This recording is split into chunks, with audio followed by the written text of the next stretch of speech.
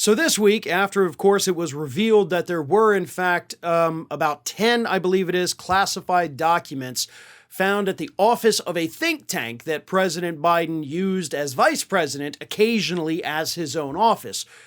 10 classified documents found there back in November. They turned them over. Biden's lawyers turned them over to the NARA. Everything's okay. They are investigating to make sure there was nothing malicious about it, but it's really a big nothing because they complied and did everything they were supposed to, compared to Donald Trump, who repeatedly lied to the federal government about taking the documents. And when Karl Rove, the legendary Republican strategist turned Fox News analyst, pointed that out on air this week, saying how, yeah, this is really nothing for Biden, definitely nowhere near what Trump did. Trump's is way worse. When Karl Rove said that on the air, Trump obviously got pissed. And when he posted a rant that I will read to you in just a moment, Donald Trump seemed confused about what the hell was even going on anyway.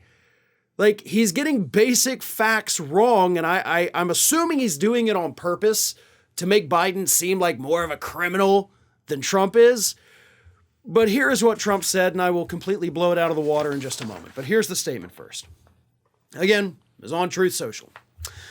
Karl Rove was, as usual, wrong when he stated that then VP Biden's highly confidential papers, which were in his office for many years, were in any way similar to the Secret Service guarded and otherwise very secure Mar-a-Lago papers.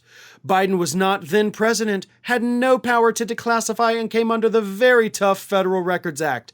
I come under the much more generous Presidential Records Act, was having a productive discussions with radical left NARA, and did everything right. A giant scam. Now he continues in a moment, and this is where he gets into more conspiratorial, definitely confused type crap. But let's talk about that for a minute. You say you were complying with the request from the National Archives and Records Administration?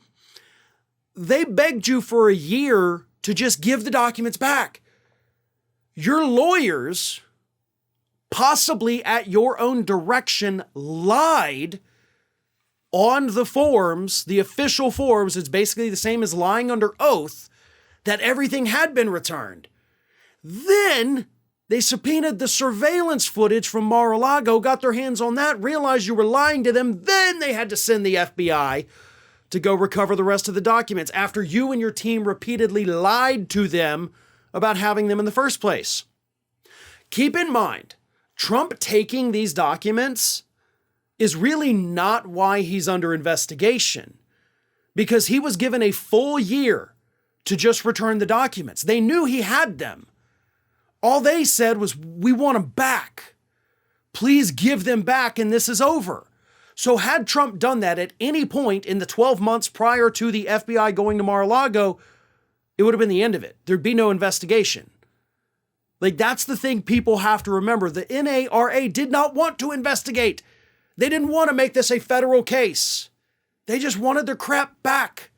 And Trump refused to do it. Biden, on the other hand, they're cleaning out that old office, stumble across these things. Oh God, send it over to NARA, do what they're supposed to do. So he's probably not in trouble, and he shouldn't be. And if Trump had done the same thing, he wouldn't be in trouble either. But anyway, he continues and gets far more conspiratorial. Biden's documents are highly confidential. Many pertain to Ukraine, where Hunter was raking in the dough and funded by China, which gave $55 million to Biden through Penn and probably had easy access. Was the old crow's boss, China-loving Coco Chow involved? Just asking. So you got a conspiracy theory. You've got overt racism. Then, of course, you've got the just asking so that you don't end up getting sued for defamation. Such a weaselly little conservative tactic. We see it on Fox News. We see it with conservative pundits. We see it with Trump. Like, they say something like hugely defamatory, and then in order to not get sued, they're like, hey, I'm just asking questions. I'm just asking questions. That's like me saying Donald Trump is the dumbest president in the ever history of the United States. Isn't he? I'm just asking questions.